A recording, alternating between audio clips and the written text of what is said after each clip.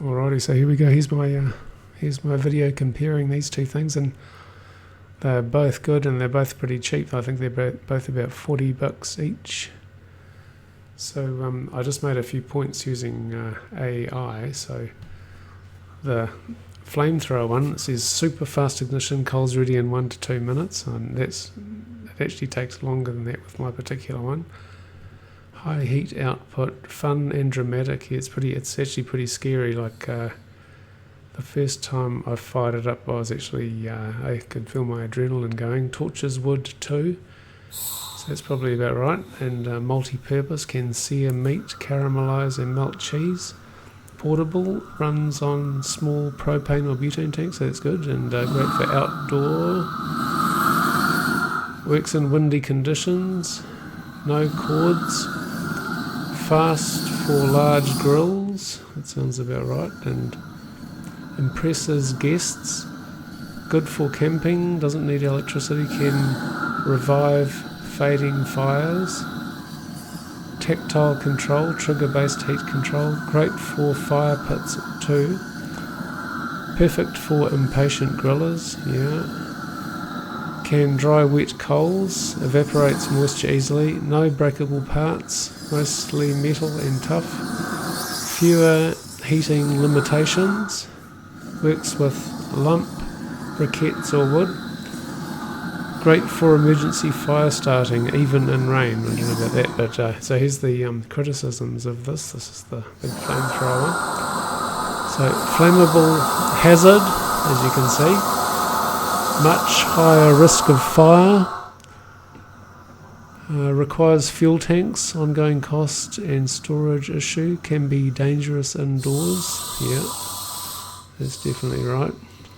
Loud operation, sounds like a jet engine, looks intimidating, could scare off kids and guests.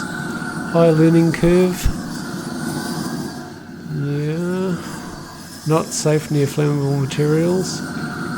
Overkill for small grills, too much firepower. Scorches coals unevenly, you still need to arrange coals properly. Burn hazard, can accidentally ignite nearby items or self. Not ideal in fire restricted areas. Some places prohibit open flame tools. Heavier than electric, I suppose so. I think it's probably not too much difference. Expensive up front, not in this case, they're both the same price. Fuel tanks can leak. No temperature gauge, not child safe, yeah, that's right. Wasted fuel, easy to use too much propane. Not subtle, or can draw unwanted attention. Smelly flame, can leave smell on coals. Briefly, it says. Can't leave unattended. That sounds about right. And now the electric charcoal starter. Safe for beginners. No open flame. Plug and play. Just plug it in. Consistent performance. Heats evenly every time.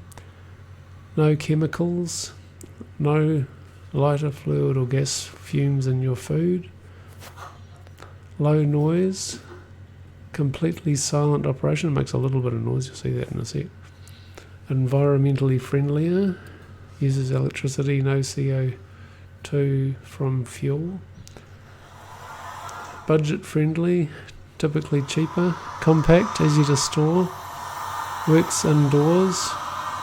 Safe enough to use inside. No fuel to store. Durable.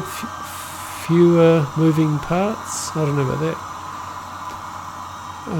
Great for patient grillers. Fits a slow and steady approach. Set and forget. Can rest in the coals while it heats. I don't know about that, because I think you'd melt the aluminium. In fact, you definitely can't do that. And plus, it's got it's got a little trigger, and you have to hold your thumb on it. Although you could just use a normal heat gun, I think. So no sparks or debris. That's not true if it's lump charcoal. Quiet morning cooks. I guess, but it's probably there's around about the same amount of noise as the charcoal one. Less intimidating, doesn't look like a flamethrower. Better for tight spaces, for apartments or tight patios. Good for traditionalists. I don't know how that would be. And minimum maintenance, often compatible with extension cords. So here's the criticisms now. Slow startup, usually takes 8 to 15 minutes to get coals going. Needs a power outlet. Can trip breakers. Can overheat if left too long. Not good in wet conditions. No flare or excitement. Limited versatility. Limited versatility. So can't see a meat or torch anything else. Cords get in the way. Could be a tripping hazard, but the other thing's got a big gas. Well, my one's got a big gas hose on it, so not portable for camping, unless you've got maybe a massive generator. Takes up time, slows down, cooks. Can't light wood. That sounds right. And single purpose, only good for starting coals. Needs supervision. Needs supervision. Not ideal for windy days. That's not too bad.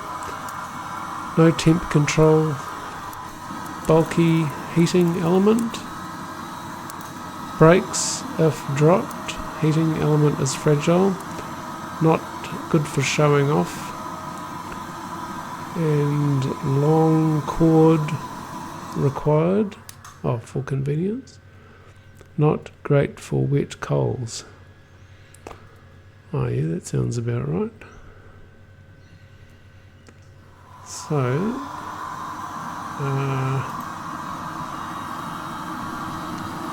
I'd say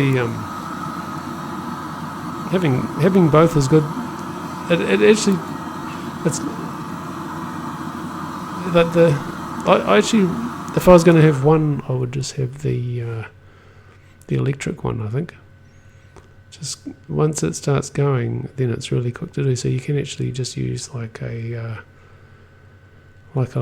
fire starter, and then that'll light straight away, and then just blow that, and it'll pretty much light it up straight away. Well, not straight away. It'll still take about maybe 3 or 4 or 5 minutes.